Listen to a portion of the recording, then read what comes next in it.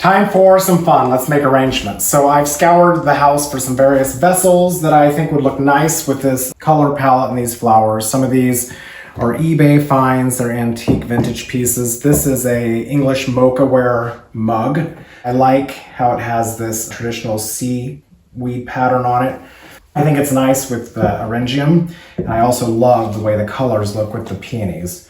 So I'm going to start out by making my first arrangement in this one. What I also like about this vessel is that a lot of flower shop vases are kind of this proportion. The techniques I'm going to show you now will apply to that. It has a wider mouth, so it's going to be a little bit fuller of a display, not too tall. And it has a large reservoir for water, which I love. But I also, because it does have a wider mouth, I want to do a grid with floral tape. We actually don't have floral tape, so I'm going to use Scotch tape. It works just as well.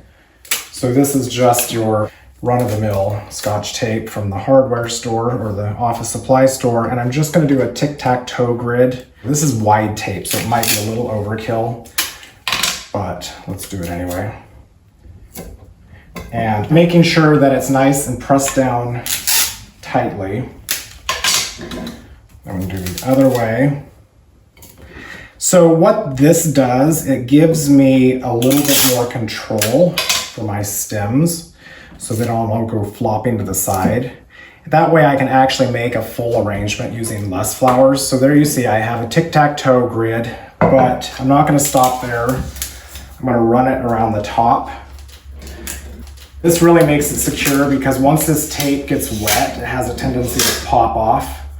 So by doing this kind of beveled edge, it will help eliminate that problem. So now I have a nice, tight floral grid, and then I want to add water. So tepid water straight out of the tap. Add a splash of vodka. No, seriously, this acts as a disinfectant, and it helps to kill the bits and bobs, the bacteria that happens when flowers begin to break down.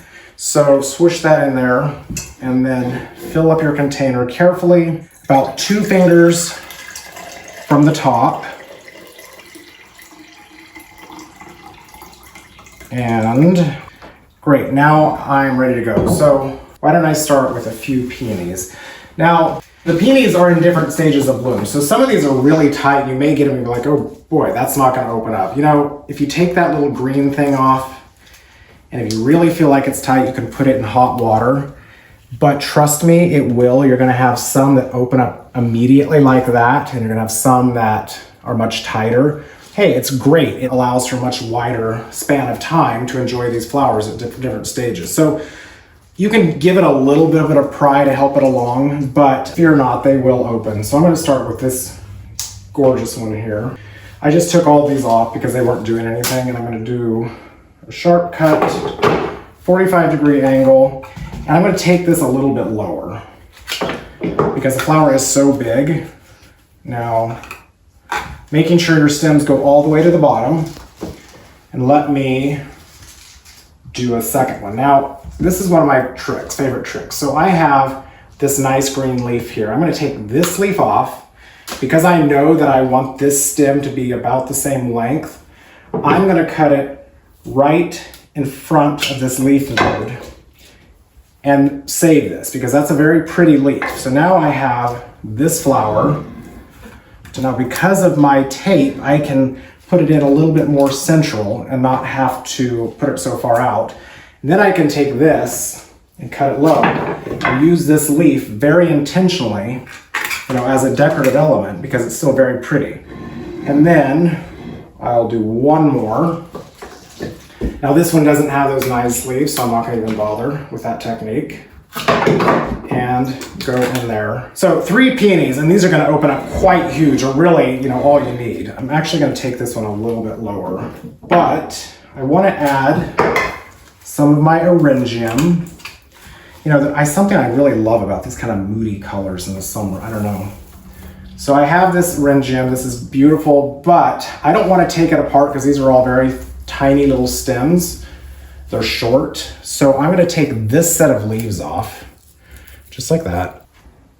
And then I can almost just take my fingers, and they're kind of wired, and kind of squeeze them together and treat it as one. That's a broken one, I'll take that off. One flower, and tuck it in there. Okay, so now that shows up nicely. This blue looks beautiful with the red, and it ties in the container. I could do another stem the same way. And if any of these little guys break off, just save them for a smaller arrangement.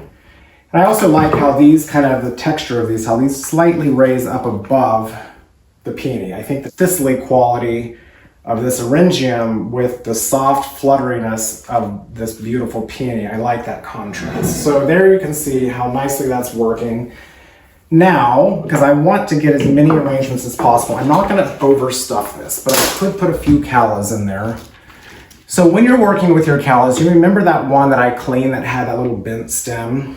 So that would have worked nicely in there. It's actually didn't make it into this pile, but this one here also has a little bent stem, so I'm going to use him and cut it lower. I'm going to tuck this in, and I don't want it too tight. I want to be able to see, enjoy that curve, that kind of curve of the lip of the calla, because I think that's what's so pretty about it. I can actually maybe even move that out a little bit like that. Let me get another one in there. I think this dark kind of inky red is quite pretty with this. Tuck that one a little bit lower. Actually, no, let me go to the side as well. So because I have no leaves on my stems, as full as this looks, it's actually very clean here. So it gives me that ability to change my mind and move stems around. And because I have this tape, I have a lot more control. They're not all just flopping. So if I actually want to raise and lower this based on kind of creating a silhouette, I can. And I'll add a third one back in the back. Keep all your stems on the longer side because you can go back in and lower them. But it's about having layers, because I very much like going back to my flower arrangements when I think they're done and kind of adjusting a little bit so not everything is at the same level. So already I have a nice full arrangement. There's still space for more, but it's pleasing. It's compositionally it has some layering. It's full. It's all sides are addressed. But let me get in the freesia here. Now sometimes when freesia opens, just like this, it has these little petals that begin to break. So I'm very, very gently remove those with my fingers. Oop, that little top piece broke as well. Pinch that off. Smells so good. I'll tuck that in there. It's almost, the frilliness of this is gonna almost, kind of meld and blend in with the peonies. So these techniques, whether you're doing all of your flowers in a big fabulous bowl, or you're gonna do smaller cups, or you're gonna do, kind of this size, a more traditional size, lower cropped arrangement. It's a great way to experiment with flowers, a very easy, foolproof way to arrange flowers, not difficult. The technique that I want you to walk away with are keeping your stems long, making sure that there's only stems, no leaves in the vase. Having the vase full of water. I know that sounds common sense, but you would be surprised at how many people fill it halfway and then forget about it. So every morning, actually take this to the kitchen sink and top them off with fresh water, because the peonies, especially as they open and develop, they're going to require a lot of water. And then as the flowers start to age and the blooms get a little bit spent, you can just remove dead buds and broken petals and just kind of really enjoy the process.